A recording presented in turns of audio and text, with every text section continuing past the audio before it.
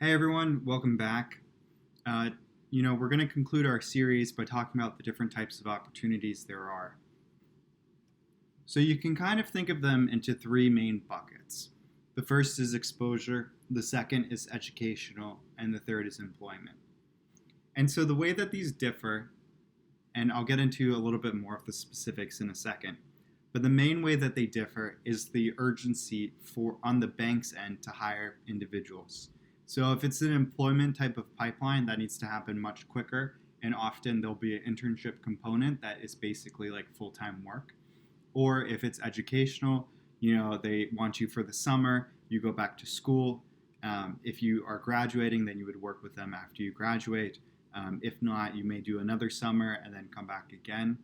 And then exposure is, much shorter in duration.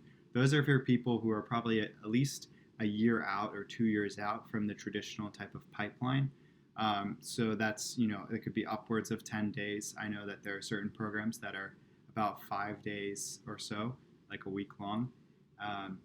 But for the most part, they're only about 2 days, and it's an opportunity to meet people at the bank, to stay interested, and to have that consistency that we have been talking about in the last couple of videos. And that's very, very important. So that's pretty much it for the three types of buckets. So thanks for listening. Now, if you want to stick around for a second, I got a couple of really important points. First, if you have any feedback on how to make these videos better, my email is down here. I will do my best to respond as fast as possible. And then I'm also working on something else. This is an Excel spreadsheet. Well, it's basically a Google sheet, excuse me. And I'm recording all the different types of opportunities that are open, not just for military veterans. Eventually, I hope to expand it to be broader. But since this is a video for military veterans, I have opportunities for them that are exposure programs, and some for female military veterans, and then some for if you're a minority. And this is really important because there's really no centralized list of all this information.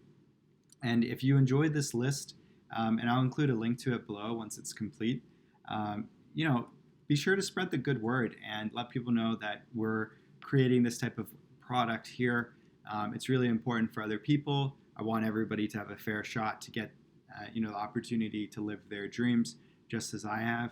This isn't something that I knew. I stumbled upon it, and I had to talk to a lot of people and figure out.